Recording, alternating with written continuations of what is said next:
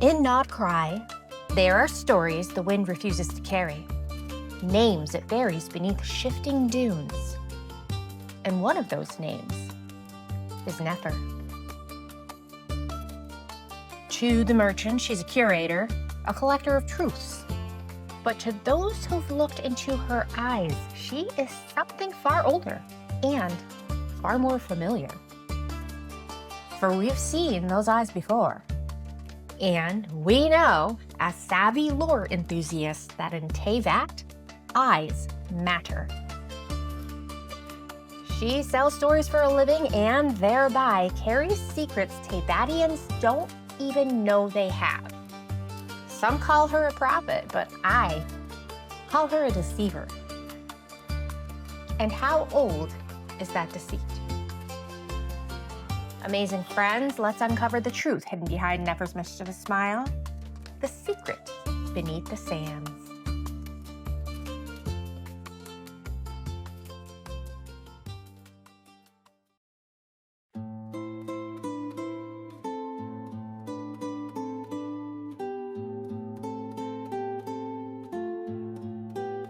When the Primordial One came to Teyvat and conquered the planet, they created 4 shades in their likeness to help govern. That we know.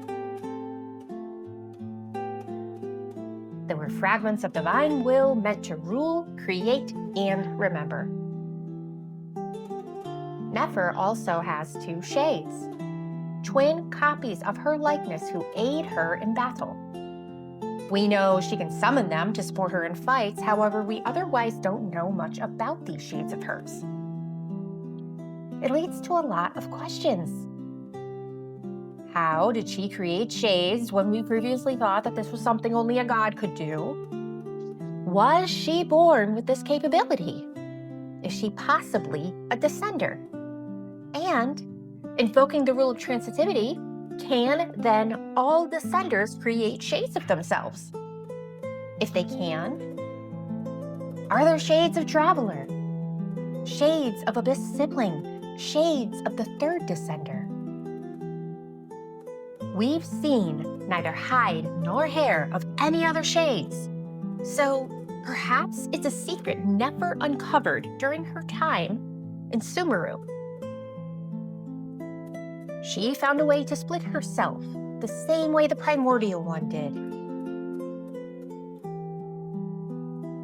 Given what we know from Albedo needing life for life to recreate Durin, did Nefer also require life to create her shades?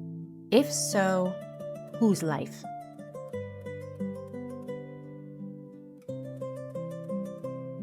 "100 years ago, a scholar defied the march of time, albeit unwittingly. Faruzan was considered Haravatat's brightest mind. A genius of language, she excelled in the field of ruin machines and the means by which they communicate. She had a promising future, our sassy Faruzan. Then she slipped into the ruins beneath the desert, halls built by King Deshret himself to house forbidden mechanisms. One would think she might perish, but she didn't die. She lingered. Suspended in a loop of time, Faruzan spent 100 years unraveling Deshret's puzzles before finally making her way back to the surface. When she awoke, the world had forgotten her quite literally. Records of Faruzan were far and few between. Scholars had to unearth century-old records just to confirm her name. It was almost as if she had disappeared entirely in that time, but why would anyone want her to disappear?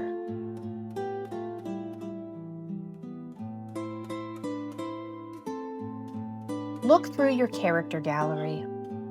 I challenge you to find 2 characters who share a unique set of eyes, not eye color, such as sisters Jean and Barbara. I'm talking all characters with unique pupils. Hu Tao has her blossoms, Fiorina her raindrops. Auroran with his mismatched Kuvaki-colored eyes. not one character shares the same set of unique eyes. Until now. Faruzan's eyes. Those inverted triangles, golden and blue, like a sign burned into the soul of those who defied time, become the first shared unique style eyes. Because there are Nefer's eyes as well.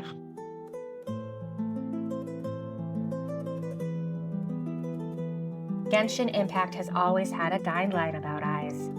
None share them.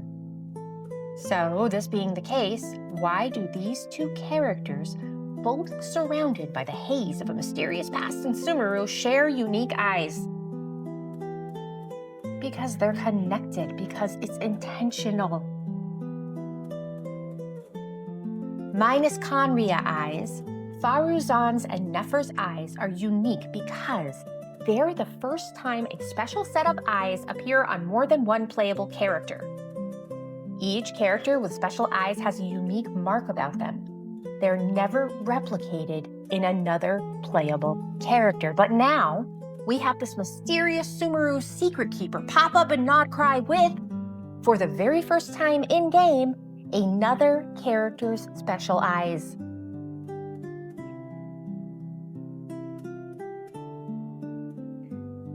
They must be connected, friends. I refuse to believe this is some oversight by the lore-crazed, detail-overly oriented developers at Hoyo. They don't make oversights on this scale. Before the Academia's Age of Logic, King Deshret sought the forbidden knowledge of the Abyss delivered to him by the serpent Apep. We don't know the depths of that knowledge.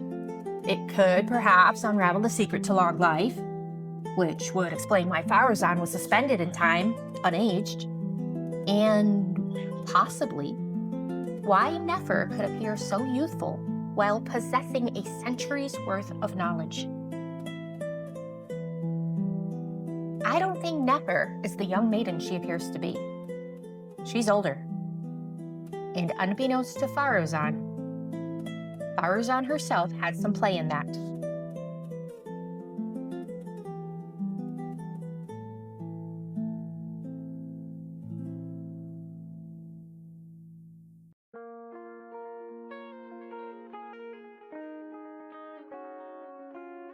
When I think of the name Nefer, I don't immediately come to the same conclusion of Queen Nefertiti that many reference. I connect her name to another term, nefarious. Nefer, a Sumerian character with a mysterious past, just like Faruzan.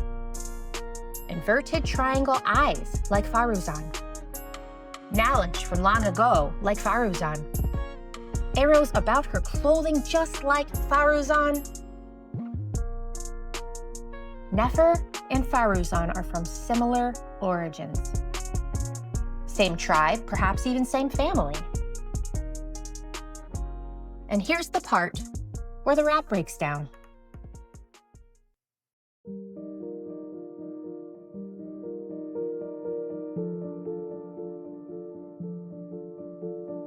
Nefer discovered the key to long life, and whatever that key was, it involved sacrifice. 100 years ago, Faruzan slipped and fell into some ruins. It was an accident, right? Or was it? Nefer, that wealth of knowledge. That type of knowledge isn't accumulated in 20 or 30 years. She's not a 25-year-old. It is accumulated over a century.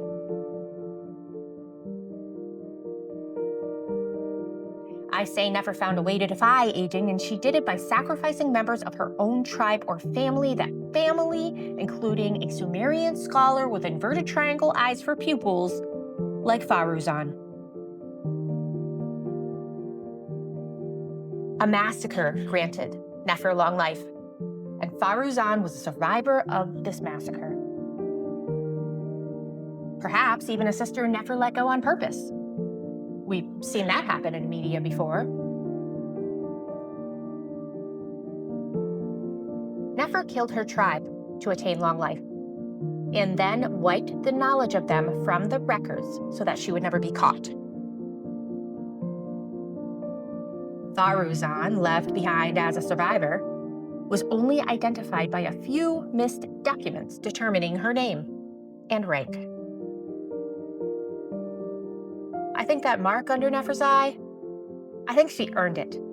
She earned it after her own family or tribe was wiped out by her own hand, and she fled to the outlaw kingdom of NodKrai, the place where all felons go to hide.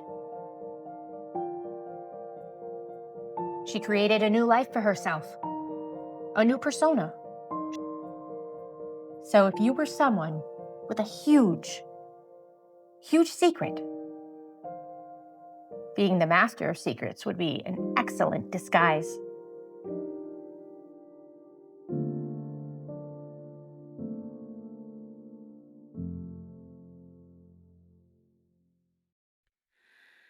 The moon hangs low like a shepherd's light, its silver thread stitching the night.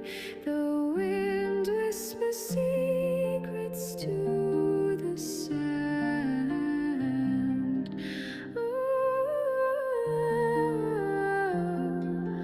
Oh, desert echoes carry me far to where the dunes hum under the star, a home in the breeze where my heart can rest.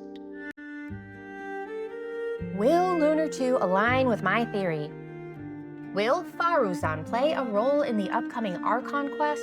Will they even meet? Or, much the same way Zhongli tends to avoid Nouvlet, will Nefer avoid Faruzan entirely? We will find out this Tuesday with the arrival of Genshin Impact Song of the Welcome Moon Lunar 2. Until then, friends, this is Flobius telling you that you're all amazing, you're doing a great job at life, and play nice.